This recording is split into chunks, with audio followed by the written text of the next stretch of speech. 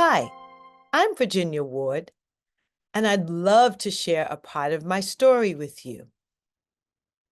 The power to influence has grown beyond famous actors, singers, musicians, and athletes to include ordinary people. Social media has leveled the playing field, making it possible for all of us to have influence in some area of our lives. Sometimes it's hard to believe that we could have something someone else would want or desire to learn more about. Being an influencer was not something I sought after as a child.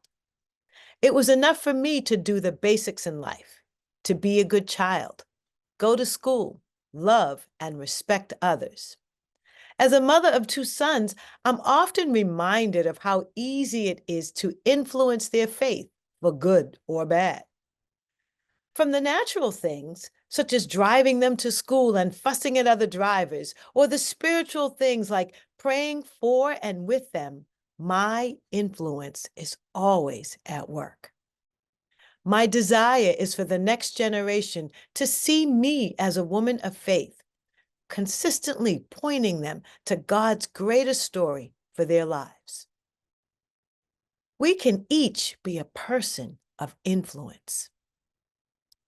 Widows in the ancient world were totally dependent on others, such as their children or other family members.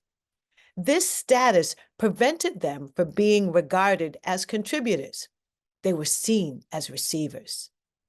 An unnamed widow of one of the prophets associated with Elisha decided to write another story. She approached the prophet Elisha seeking help not only for herself, but for her two sons.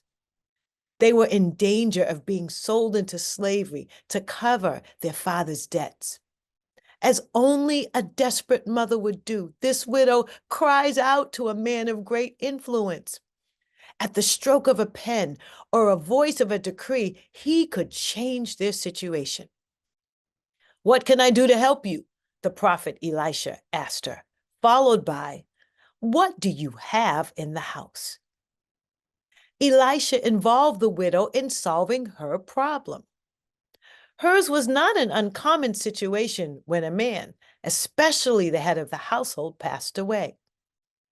Most women would have allowed their sons to be sold to cover the debt, having no other choice, and often entering servitude themselves. But this widow believed she had influence, which Merriam-Webster defines as the power or capacity of causing an effect in indirect or intangible ways to change things. She could see beyond her current circumstances to create a different future for her sons. Sometimes our response reflects our willingness to influence others. Her response, nothing at all, except a flask of oil, positioned her for extraordinary influence. Recognizing her low position, she allowed Elisha to instruct her toward her influence. In 2 Kings chapter 4, verses 3 and 4, Elisha instructs her to, number one, borrow as many empty jars as you can from your friends and neighbors. Number two, then go into your house with your sons and shut the door. Number three, pour olive oil from your flask into the jars, setting each one aside when it is filled. Elisha gave very specific instructions to be followed by her and her two sons. No one else in the community knew what she was up to. When all the jars presented were full, she called to her son, "Bring me another jar." After his response, "There aren't any more," the oil stopped. Can you imagine what it must have been like for these two sons, possibly either children or young teenage boys, to have witnessed their mother change into an influencer? These boys were forever affected and could one day share this story with their families. This widow woman had influence with the prophet Elisha.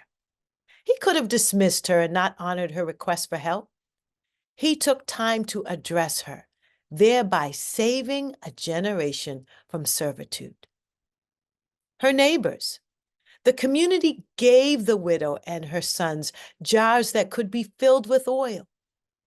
The neighborhood could have denied her the vessels needed to make a change. Instead, they freely filled her house with the necessary tools. Her sons.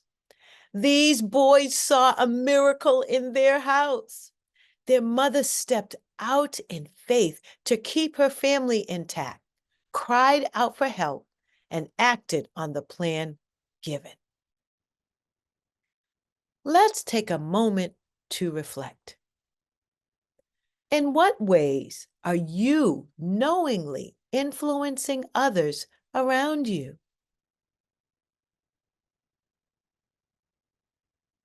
What about unknowingly?